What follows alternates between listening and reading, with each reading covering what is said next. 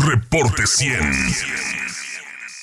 La Suprema Corte de Justicia de la Nación confirmó ayer que 22 personas son culpables por negligencia de la muerte de 49 niños y lesiones a 38 personas más durante el incendio de la guardería ABC ocurrido en junio de 2009, pero ordena fijar nuevas penas de prisión que serán menores a los entre 14 y 29 años que dictó en 2017. Para entender esta decisión de la primera sala de la Suprema Corte de Justicia de la Nación, le agradezco al abogado Gabriel Alvarado, representante de Manos Unidas por Nuestros Niños, de padres y madres de la guardería ABC, que esté con nosotros esta mañana. Gabriel, ¿cómo está? Buenos días. Hola, Juan Carlos, muy buenos días.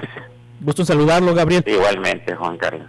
A ver, una vez que el Tribunal Unitario de Hermosillo fije nuevas penas de prisión para estas 22 personas, ¿qué va a pasar? ¿Estas personas van a la cárcel ahora sí? Es una excelente pregunta, Juan Carlos, porque creo que va a dar pie a algo similar de lo que está ocurriendo con el tema del desafuero del gobernador de Tamaulipas. Y voy a explicar a qué me refiero. Se supone que cuando la Suprema Corte ya le remita el expediente, o más bien le regrese el expediente al magistrado del tercer tribunal unitario del quinto circuito, cuya residencia es en esta ciudad, y emita en cumplimiento de la ejecutoria del amparo concedido, porque en el fondo o en esencia de eso se trata, de que concedió a todas las partes quejosas, les concedió el amparo, ¿verdad? La Suprema Corte concede el amparo de la justicia de la Unión. Pero ¿para efectos? ¿Para cuáles efectos? Pues para que se dicte una nueva resolución, es decir, una nueva sentencia, en la cual, pues, de acuerdo a todo lo que se ha dicho, se deberá de reducir, en algunos casos hasta drásticamente, las penas o las sanciones privativas de libertad que originalmente se les habían impuesto. Porque consideró que se habría aplicado habría aplicado incorrectamente o violentado más bien el artículo 14 constitucional, que prohíbe la aplicación retroactiva en perjuicio de alguna persona de alguna ley o disposición. Nosotros habríamos de recordar que cuando salió la sentencia de primera instancia dictada por el juez primero de distrito, aplicó un criterio novedoso para ese entonces, en el 2016, que hizo que la sumatoria de sanciones llegara en algunos casos hasta los 29 años, y que esos fueron confirmados en grado de apelación por el magistrado del tercer tribunal unitario. Ahora la Corte dice que ese criterio que se utilizó para hacer esa sumatoria o determinar la imposición de esas sanciones había sido incorrecta y violatoria de la garantía individual que señalaba ahorita.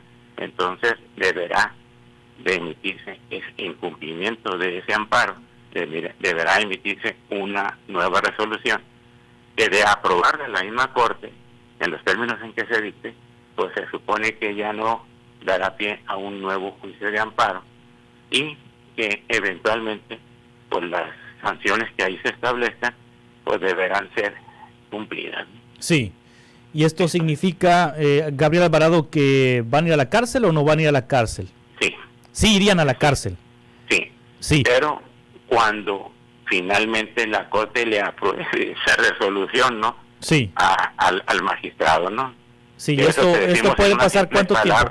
Pueden pasar meses o quizás años. Sí. Sí, Gabriel Alvarado, ¿a partir de qué momento cuenta la pena? ¿A partir de que este tribunal unitario sentenció en 2017? Es decir, las penas de prisión fueron dictadas en 2017, entre 14 y 29 años de prisión. ¿A partir de este 2017 empiezan a contar las penas o van a empezar a contar a partir de la nueva resolución del Tribunal Unitario de Hermosillo? No, desde luego, no. Es que cuentan a partir de que se determina ya la sanción. Sí. Lo que sucede es que en los casos cuando alguna persona haya sido detenida y haya estado permanecida recluida, ¿no?, o en prisión algún tiempo, ese tiempo se computa a favor. Sí. Pero pues ya sabemos que en este caso prácticamente, salvo algunas personas como como las de guarderías del IMSS, estuvieron algunos meses en prisión y luego ya obtuvieron la libertad bajo fianza. Entonces, prácticamente la gran mayoría de ese universo de personas sentenciadas deberá de purgar prácticamente en forma íntegra la sanción que finalmente ahí se establece. Sí, a lo que voy, no significa esto que si hay una reducción en las penas, por ejemplo, a las personas que les sentenciaron con 14 años, si hay una reducción, por ejemplo, a un año, pues ya, a lo mejor eso ya se compurgó en cuando fueron detenidos. No aplica de esa manera. Deberá de realizarse por el tiempo que les corresponda a cada quien y ya dentro del interior de una prisión, ¿no? Sí. Que determine la autoridad. ¿Cuántos años de cárcel van a bajarles, van a quitarles a estas personas? Porque las sentencias originales van de los 14 a los 29 años de cárcel. La Corte está pidiendo reducción de penas. ¿Hasta cuánto puede bajar rango de entre 14 y 29? ¿Entre cuántos años y cuántos años irían las nuevas sentencias? Bueno, pues esa nuevamente es una excelente pregunta, Juan Carlos, porque como no hemos tenido la posibilidad de ver el resolutivo que ayer al mediodía se aprobó unánimemente por la primera sala de la Corte, no estaría en posibilidad de darte una respuesta correcta sobre este tema, ¿no? Sí. Pero de que se reducirán y creo que hasta drásticamente. Sí, sí. Gabriel Alvarado, también originalmente se fijaron penas de prisión en 2017 para 19 personas. Sí. Hoy la Corte decide que no son 19, que son 22, que deben ser 22. ¿A quiénes está sumando la Corte? A aquellas señoras que originalmente habrían sido parte del proceso y que laboraban o eran servidoras públicas en el área de guarderías de la Delegación Sonora del IMSS. Eso es como la señora de Irene Botello Amante, Inma Díaz y Yadira Barrera. Sí. Son personas que... O sea, ellas ya la habían librado y ahora nuevamente están... Exacto. Están con sentencia. Van a recibir sentencia. Una sentencia condenatoria y conforme a los lineamientos en cuanto a la sanción privativa de libertad que se van a establecer ahora por el magistrado una vez que este expediente que tiene. Sí, ¿por qué consideró la Corte que siempre sí son responsables? No escuché, perdón. ¿Por qué consideró la Corte que estas empleadas del Seguro Social siempre sí son culpables? Bueno, pues que ahí aplicaría lo mismo que te dije antes, pues de que no podríamos responder. Sí. Porque no conocemos el texto. A cabalidad, exactamente, no carecemos de esa certeza que pudiéramos para poderle dar una explicación satisfactoria, ¿no? Sí. Al público que nos escucha, ¿no? Sobre qué fue lo que ponderó para que de haber venido de dos sentencias, la de primera y segunda instancia, de manera absolutoria, la Corte haya determinado que sí tienen algún grado de responsabilidad y que eventualmente deberán de recibir una sanción privativa de libertad. Otra duda, Gabriel. ¿Por qué estas personas, 19, ya no vamos a hablar de las 22, las 19 que fueron sentenciadas en 2017, apenas de entre 14 y 29 años de cárcel, ¿por qué no están en la cárcel? Porque obtienen por la naturaleza del delito, que es un delito culposo, un delito de omisión, les permite llevar o les permite llevar el proceso en libertad. Sí. Porque ellos tienen depositaron una fianza que en su momento les fijó el juez primero de distrito para poder disfrutar de la libertad mientras dure todo este proceso. Por eso es que decíamos ahorita que independientemente de la cantidad de tiempo que se establezca como sanción privativa de libertad, prácticamente ninguno de ellos ha purgado nada, pues, o sea, tendrá que ingresar para cumplir a cabalidad el tiempo que ahí se establezca. Sí, y ahora, ¿por qué será diferente? ¿Por qué Gabriel Alvarado, abogado de padres y madres de la guardería ABC, por qué si ahora que la Corte ordena revisar las sentencias, por qué ahora sí tendrían que ir a la cárcel si en la primera sentencia no fueron? Bueno, la primera sentencia se dictó en mayo del 2016. Sí. La segunda sentencia que resolvió en grado de apelación la primera fue en el 2017. Aquí estamos hablando del último recurso que nuestro sistema jurídico permite, que es el juicio de amparo.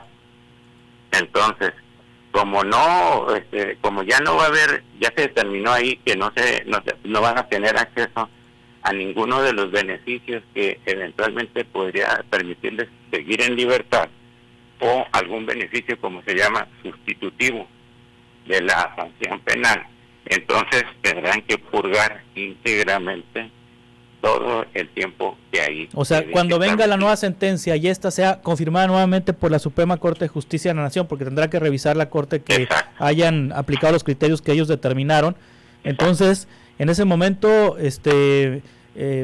tendrían que ser detenidos por la Fiscalía General de la República, todas estas personas. En ese momento seguramente les van a dar un plazo, digamos, de 5 días para que se presenten voluntariamente, o de lo contrario, exactamente se gira una orden que le llaman de reaprehensión. Sí.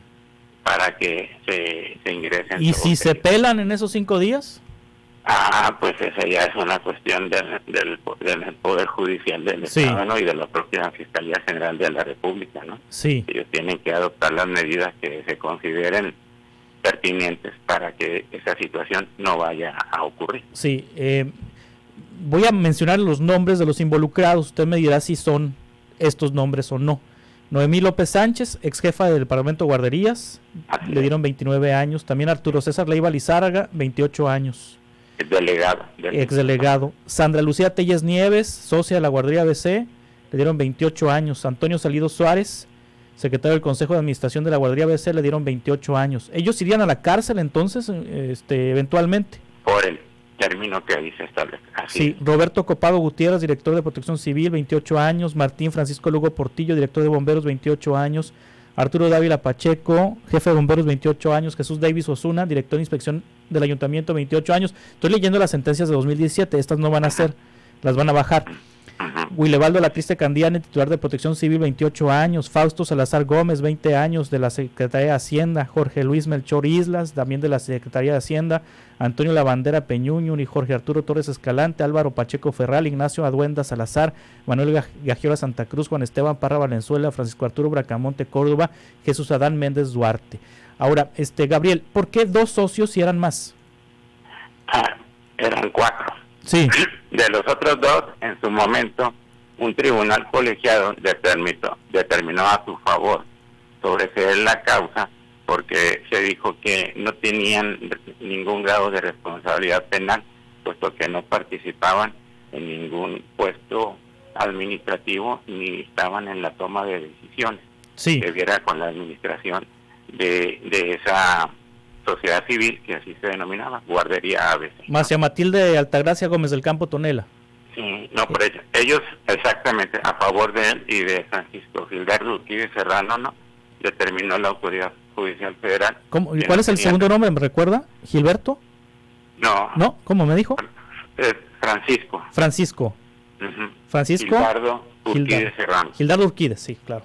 Sí. Ellos dos están libres en este proceso. Ellos están libres y siendo socios también propietarios de la estancia infantil. Sí. Pero porque en su momento un tribunal colegiado estimó que no tenían ningún grado de responsabilidad, porque ellos como socios se limitaron al aporte del pago de las acciones sin que intervinieran en ningún caso en la administración de la empresa.